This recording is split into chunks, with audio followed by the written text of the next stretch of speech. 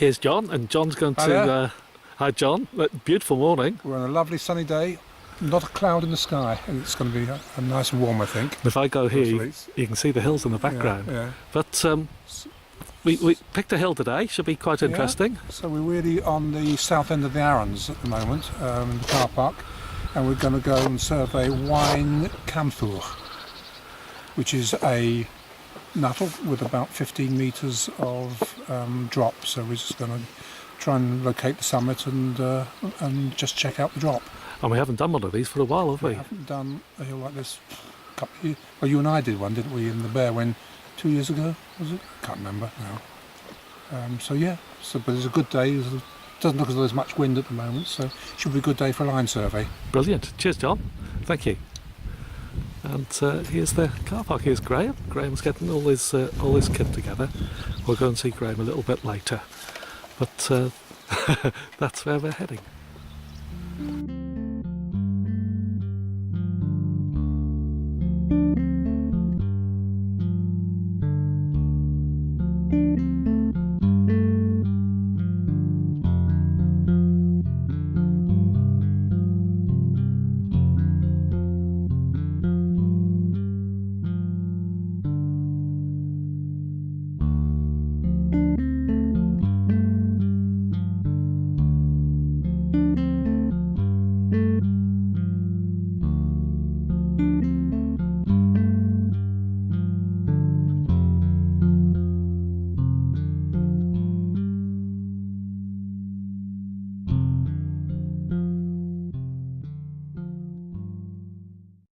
There's Aran Mawddwy.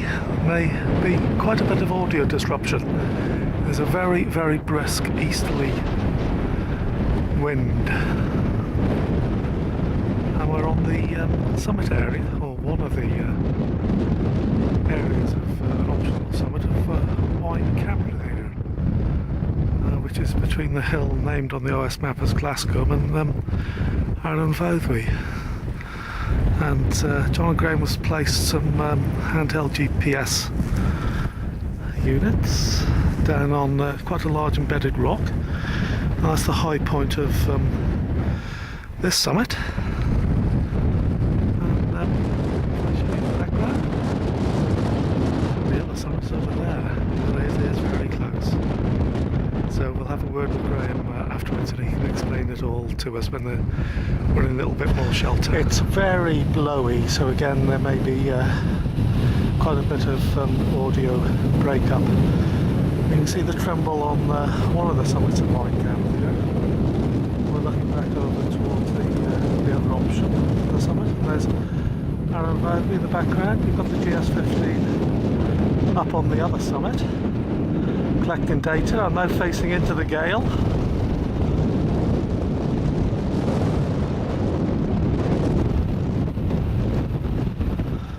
We're looking towards the southern Aran over here.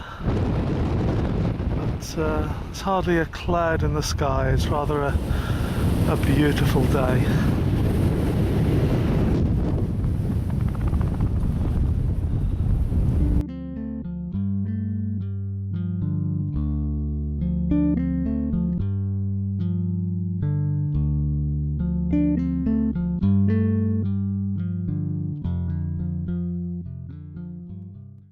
Here's Graham. Hi Graham. Hi there, Merlin. Another good day on the hill?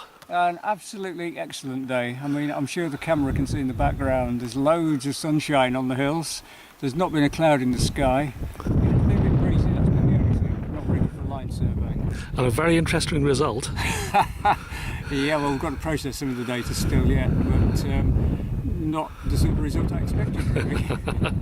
What have we found? Well, we went up there with a very easy task of measuring the drop, and we thought the problem would be locating the exact position of the coal. In reality, that proved very simple indeed, and the drop measurement, which we don't know yet for certain, but that should be okay. But what we did find then, that there were 3 tops on the summit, 2 of which we knew about, and one of them we dismissed very quickly, one with a little cairn on it, has been lower. But there was this other sort of unobtrusive top about 200 metres away, And we looked at it and we said, no, that's lower, that has to be lower. And we got the level on it and we said, it's not. Could be as high. And it's that that's caused all the problems today, really, isn't it? Because where we are at the moment, we can't separate them within the error of the measurement error of the technique of the level and staff. On a day like today, when it's been quite windy and difficult to take measurements off the staff. So between those two summits, we did it there and back, didn't we? And what was the difference between those two line surveys? 6 millimetres in one direction and 2 millimetres in the other, making one hill 6 millimetres higher, and on the other go making the other hill 2 millimetres higher. So it's just ridiculous.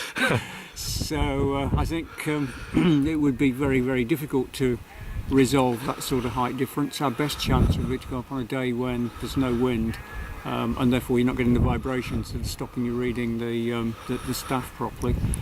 And take some bolts to put in the ground to rest the staff on, so that it can't sort of move, because some of the ground is quite soft, isn't it? And you don't want the staff to move even by a millimetre if you're making measurements of that higher order of accuracy. What was the provisional line survey result for drop, Graham? I think it's about 15.46, isn't it, if I remember rightly. So that, provisionally, the first sort of calculation, it retains its Nuttalls status, doesn't it? Oh yeah, I don't think there'd be any doubt about that. We've got GPS data in the coal as well, which has got to be processed, obviously. But I would think the level and staff measurements that we've done today for drop would make that conclusive. Yeah.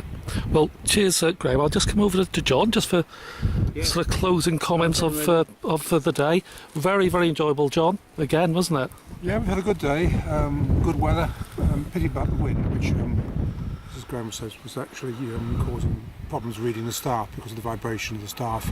So we could have squeezed more accuracy out of it on a better day, but I think we're probably confirming that this is still a Nuttall. But where the summit is, could be 1 or 2 points. It was very, very close, wasn't it? It's amazing, come up with a perception of what you had to do today, and it was totally different problem in the end.